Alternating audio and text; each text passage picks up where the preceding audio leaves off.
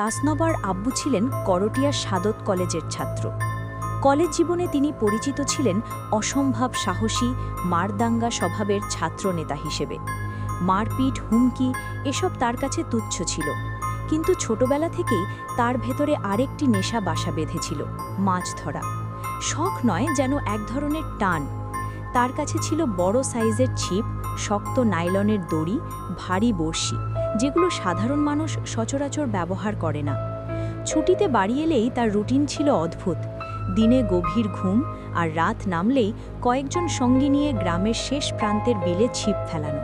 ভোরে যখন ফিরতেন তখন এত মাছ হতো যে তার মা, তাসনবার দাদি সারা পাড়া বিলিয়ে দিয়েও শেষ করতে পারতেন না। কিন্তু যে রাতের কথা তাসনবা বলেছেন, সেই রাতে তিনি একা ছিলেন। শরতের রাত, আকাশ পরিষ্কার, তারারা ঝকঝক করছে। বিলটা গ্রামের একেবারে শেষ সীমানা। তারপর আর কোনো বাড়ি নেই, শুধু ধানি জমি আর বাঁশঝাড়। তিনি উঁচু পাড়ে বসে বড়শি ফেললেন, সিগারেট ধরিয়ে ধোঁয়ার দিকে তাকিয়ে অপেক্ষা করছিলেন। কিছুক্ষণের মধ্যেই বড় সাইজের একটি বোয়াল, কয়েকটি মাঝারি কালিয়া আর টুকটাক মাছ উঠল। রাত গভীর হচ্ছিল। হঠাৎ তার চোখে মুখে এক অদ্ভুত গরম বাতাসের হলতা এসে লাগল, যেন কেউ খুব কাছ দিয়ে নিঃশ্বাস ফেলেছে। চমকে উঠে তিনি চারপাশে তাকালেন। তখনই একটা বিষয় তার মাথায় বজ্রাঘাতের মতো আঘাত করল। তিনি স্পষ্ট মনে করতে পারছেন তিনি বসেছিলেন উঁচু পাড়ে, কিন্তু এখন তিনি বসে আছেন পাড়ের অনেক নিচে, প্রায় পানির গা ঘেঁষে। কখন নামলেন, কিভাবে নামলেন, কোনো স্মৃতি নেই। এই অস্বস্তির মধ্যেই হঠাৎ ছিপে প্রচণ্ড টান পড়ল। মুহূর্তেই সব ভয় ভুলে গেলেন। মাছের টান এত শক্ত যে ছিপ বেঁকে যাচ্ছে। পানিতে ভয়ঙ্কর ঘূর্ণি উঠল। বোঝা যাচ্ছিল এটা কোনো সাধারণ মাছ নয়, রুই বা কাতলের মতো কিছু, কিন্তু আকারে অস্বাভাবিক বড়। ঘাম ছুটে গেল। দামি ছিপ, শক্ত নাইলনের দড়ি, সব কিছু দিয়ে প্রাণপণ লড়াই চালাচ্ছেন। টান সামলাতে সামলাতে তিনি প্রায় হাঁটু পানি পর্যন্ত নেমে এসেছেন। ঠিক তখনই হঠাৎ তার ঘাড়ের সমস্ত লোম খাড়া হয়ে গেল। পাড়ের দিক থেকে ঘোড়ার খুরের শব্দ। এত রাতে এই নির্জন বিলে? শব্দটা বাড়ছে, একটানা নয়, যেন অনেকগুলো খুর একসাথে মাটিতে পড়ছে। মনে হচ্ছে বাঁশঝাড়ের ভেতরে ভয়ঙ্কর কিছু দৌড়াচ্ছে। গাছের ঝোপঝাড়ে অদৃশ্য সংঘর্ষ শুরু হয়েছে।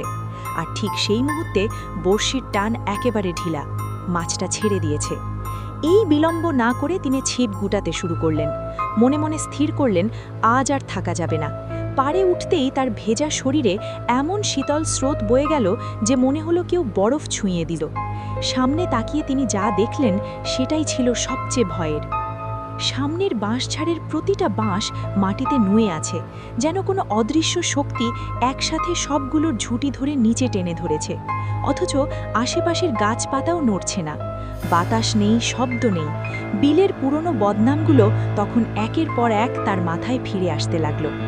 সাহসী মানুষ বলেই তিনি দৌড় দেননি। মাছগুলো গুছিয়ে ছিপ কাঁধে নিয়ে সোজা হাঁটা দিলেন। কিন্তু কিছু দূর যাওয়ার পর আবার সেই শব্দ।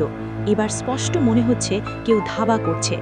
প্রাণপণে দৌড়াতে দৌড়াতে তিনি ধান ক্ষেতের মাঝে একটি অস্থায়ী কুঁড়ে ঘর দেখতে পেলেন। ভেতরে দুই বাপ বেটা পাহারাদার ঘুমাচ্ছিল। দরজায় ধাক্কা দিতেই তারা চমকে উঠল। সব কথা শুনে তারা শুধু বলল, মিয়া সাহেব বড় বাঁচা বেঁচে গেছেন, ওই জায়গাটা ভয়ঙ্কর। তারা জানাল বছর 5 আগে কাদার ভেতর মাথা পোতা অবস্থায় এক জেলের ছেলের দেহ পাওয়া গিয়েছিল সেখানে। ভোরের আলো ফোটার আগেই তারা নিজেরা তাকে বাড়ি পৌঁছে দিল। কিন্তু সবচেয়ে ভয়ঙ্কর ব্যাপার তখনও বাকি ছিল। বাড়িতে ঢুকতেই তাসনবার দাদি হঠাৎ ভয়ঙ্কর চিৎকার শুরু করলেন। খুলুয়ের নিচে পড়েছিল সবচেয়ে বড় মাছটির শুধু মাথা, শরীরটা নেই। এমনভাবে কাটা যেন কোনো ধারালো অস্ত্র দিয়ে নিখুঁতভাবে বিচ্ছিন্ন করা হয়েছে। কেউ দেখেনি, কেউ শোনেনি। সেদিন দাদি সব মাছ বাড়ির পেছনের পুকুরে ফেলে দিয়েছিলেন। আর সেই রাতের পর তাসনবার আব্বুর বিলের মাছ ধরা চিরতরে বন্ধ হয়ে যায়।